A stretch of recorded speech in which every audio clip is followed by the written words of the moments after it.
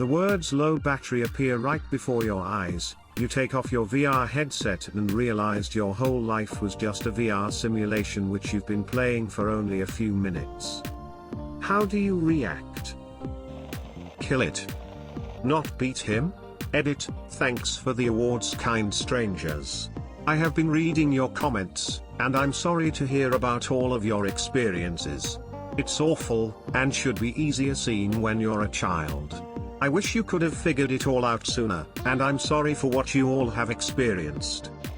I would make sure he had proper coping skills and teach him the importance of health and nutrition. I've been morbidly obese for as long as I can remember due to bad eating habits and being sedentary. I've lost 62 pounds in the past 3 to 4 months from forming healthy eating habits, eating balanced meals, and getting plenty of exercise. Edit, thank you so much for all of the encouraging words and awards. I got started by getting screened for mental illnesses by a psychiatrist and was diagnosed with ADHD and was put on a non-stimulant medication. It's been the most life-changing experience. That internal voice that talks you out of doing something is barely around anymore, and I finally started developing habits and routines that benefit me with little struggle. Also, I found an indoor recumbent exercise bike, which is one of the greatest things for people who want to get a good workout that isn't hard on the back and knees. Plus, the ability to watch something on my laptop while I do it is awesome. Last but not least, I keep track of my eating and exercise using MyFitnessPal. Not criticize the child and nitpick at everything she does. Support her individually and tell her she doesn't have to put on a face for others. Don't mock him when he tells me about liking or dating a girl. I hated when my parents did that to me. Simply give him the love and attention he deserves. Make sure to never put him through the DCF process and orphanages. Not use negative encouragement like, even jokingly, saying don't fuck this up before a big event. Get him into some solid sports early and teach him about handling money responsibly. Send him to a Tibetan monastery to learn ancient martial arts so he can come back and be Batman. Give it to my parents. Listen. Tell her that she always has someone to talk to, and if she doesn't feel comfortable with me, then we can find the appropriate people. Not downplaying her anxiety with cheer up, it'll get better, it'll be fine. I'd probably prioritize school a bit less in favor of extracurricular activities that he enjoyed. Though I'd also insist he plays at least one sport, so that he learns the value of keeping himself physically healthy and in shape. And I'd allow much less computer/TV time than I was allowed. Oh, and I'd make sure that he socializes with girls from a young age.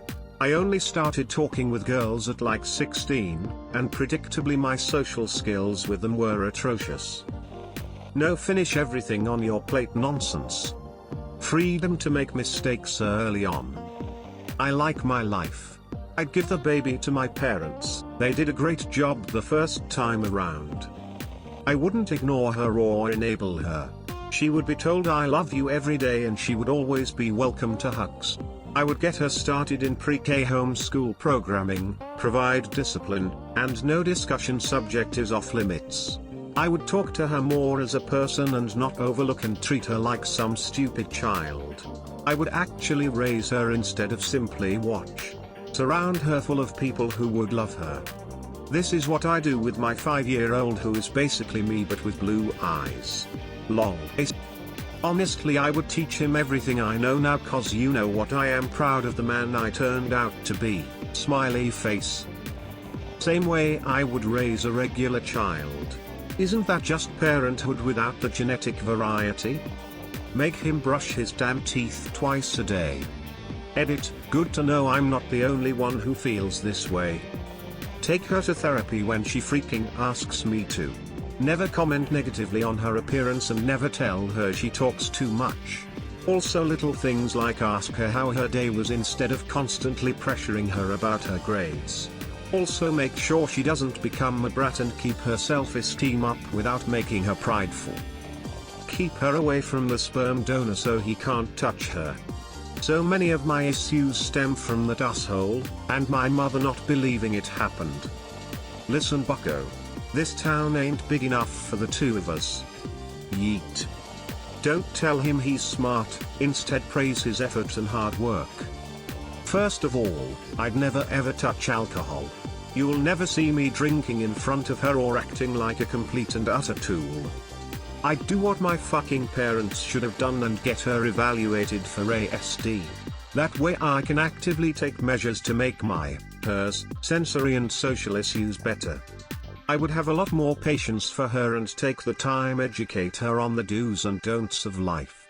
She will never feel alone or that nobody can help her.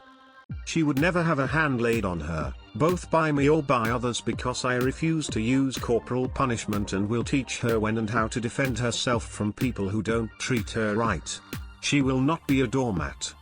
I would encourage her weirdness. There would be no snarky comments or mocking. I would never wait till the very last minute to get her necessities. She needs glasses? Got them. Need braces? Done, sweetheart. That's not an exhaustive list, but if I had those alone, I honestly think I would have turned out a much better person. Give it to my mom and stepdad while making sure my bio dad could never do what he did to me to her. I'm not fit to be a parent, but my mom and stepdad are. I would pay attention to his ADHD symptoms and follow up with his teachers to make sure he was reaching his potential in school. Put him up for adoption. I don't need to ruin another life. If raising him differently doesn't change my life, then he's not me, and I'm firmly CF. Enjoy the orphanage, kiddo. Not nitpick. Not try to control every single aspect of their life. Listen when they come to me about things. Accept them when they're questioning their sexuality. When I was 21, I was in no shape to be raising a child. I had to devote all my time to studies, partying, and establishing my career. The first time I was stable enough for a kid I would have been 26. Send him to schools that don't have asbestos. My middle school is still working on that. Make sure he doesn't have a narcissistic mother using him as supply. Pay attention to their concerns and give them guidance while growing up. Don't just stick an electronic device in front of them to replace actual parenting like my parents did. You basically just described what's it like to get children, dude. It truly is a version of you, and your so and how you raise him will, more or less, only change his life. Edit, thanks for the awards, kind strangers. When he is 21 years old and gets his heart broken by the girl of his dreams, I would stop him from turning to drugs to cover up the pain. Hopefully me intervening and being there for him would prevent a downward spiral into addiction and spending his life savings on bullshit and having nothing to show for it. Making sure my brother doesn't drop me on my head again. I guess the same way I'm raising my actual kids now. Is this not pretty much the same thing? She would be treated as a person, not property. She would be given compassion and an education, not beatings and religious brainwashing. Let her socialize with the neighbor kids, let her have friends and not isolate her out of fear. Give her care when she says she hurts or aches, take her to the neurologist for the migraines and fainting spells. Help not only when the illness or whatever reflects poorly on my public appearances. Which means help her transition when she realizes she's on track for the wrong puberty. Maybe pay for part of her college education too, if she earns decent marks like I did. Tell her she's beautiful so she doesn't starve herself. Greater than 21 first birthday. This hurts my brain. Teach the kid to be more relaxed, easygoing and not so serious. Give him human affection, which I don't have. There are some things that people don't realize would happen if someone doesn't feel cared for. Isn't this basically just having a kid? You might know some specifics about how they will grow up because you know their genetics, and you know what gender they are, but otherwise isn't parenting just taking your experiences and trying your best to convey them to your child? I'll make sure to talk things through whenever he does something wrong, not scold him with no explanation. Listen to his dreams and aspirations so he won't get stuck to a career he doesn't like just because I basically forced him to. Lastly, Teach him the importance of socializing. Make sure that he's not on his phone or computer 24/7. Support him and his hobby and get to know what he's actually interested in instead of ridiculing it and just telling him to stop doing it. Also telling him that it's not important what other people think of him instead of saying stuff like, look, other people are looking already. That's how you create anxiety in people. I just saw the mistake in the title. Shoot me. Place on ground. Slowly back away. How would raising him not change my life? I have a fucking kid now. Give him to a parent who's older than 21. I would make sure my mother never end up in charge of she/me. Adoption. I don't like kids, and I'm sure as fuck not prepared to raise one. Tell her to kick all her bullies' asses and don't be afraid to come out as lesbian. Don't feed him like an elephant. I would teach her that her opinions matter, and that who she is as a person, LGBT, doesn't lessen her worth. This is a great thought-provoking question. But 21-year-old me couldn't do a better job of raising me than my parents. A single dude raising a baby while going to school, working, and no spouse. The data is pretty clear. Humans, especially baby humans, need homes to be developed properly, they need stability, they need shelter, they need good nutrition, they need love, and they need attention. 21-year-old me would be shit at providing most of those things. Would I make sacrifices to provide those things for baby me? Of course I would. Could I match what my parents gave me? No, I couldn't. I would let my child transition from male to female instead of beating the ever-living shit out of her. I'd hand it to my father, heart. Little man, most people are amazing. But there's some people, some bad people, who may even act like good people. And they're gonna try to hurt you. You say no. Get yourself away and clear. And come straight to me. If it doesn't seem right to you, or feel right to you, it ain't right. And they're lying to you. Protect yourself, and come straight to me with whatever is up. Always.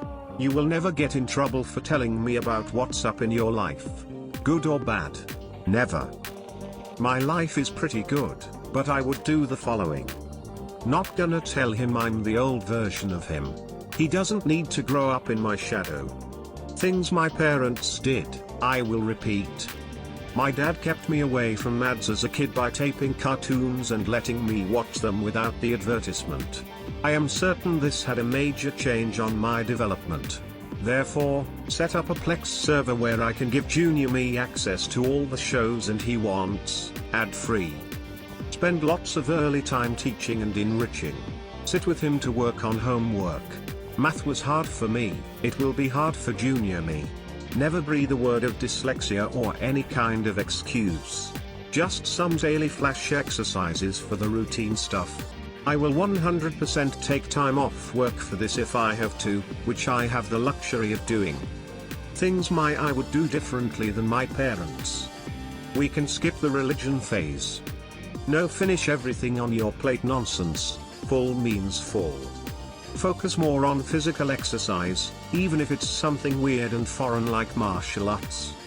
No shaming about sex, be willing to talk openly and provide a safe environment for questions.